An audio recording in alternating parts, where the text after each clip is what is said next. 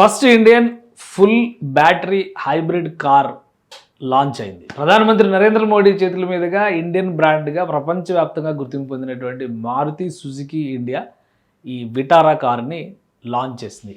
ఈ విటారా పేరుతో రిలీజ్ చేసినటువంటి ఈ కార్కి చాలా ప్రత్యేకతలు ఉన్నాయి. అయితే దీని ప్రారంభోత్సవానికి ప్రధానమంత్రి అటెండ్ కావడం కూడా ఒక ప్రత్యేకమైనటువంటి అంశంగా మనం చూడాల్సింది. ఇప్పుడు బ్యాటరీ కార్ల యుగం నడుస్తుంది. ఈ యుగంలో భాగంగా మారుతి ఫుల్ ఫ్లెడ్జ్డ్గా ఇండియన్ బ్యాటరీ కార్ని, అంటే హైబ్రిడ్ కార్, మామూలు హైబ్రిడ్ కాదు, ఇది బ్యాటరీ హైబ్రిడ్ కార్ అనమాట. మామూలుగా అయితే హైబ్రిడ్ అనగానే పెట్రోల్ కమ్ బ్యాటరీ కానీ పెట్రోల్ కమ్ సిఎన్జి ఇట్లా కాంబినేషన్స్ వస్తుంది. కానీ ఇది ఫుల్ ఈ విటారా కింద చేసినటువంటి ప్రోడక్ట్.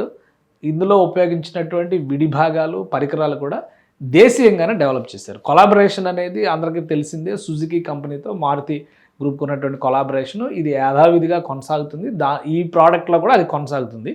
కానీ తయారు చేసినటువంటి విధానంలో మాత్రం ఎక్కువగా మేక్ ఇన్ ఇండియా స్ఫూర్తితో దీనిలో ఉపయోగించేటువంటి విడిభాగాలన్నీ కూడా దాదాపు 100 రకాల విడిభాగాలు భారతదేశంలోనే ఉత్పత్తి అయినట్టుగా మారుతి సుజుకి ఇండియా అనౌన్స్ చేసింది.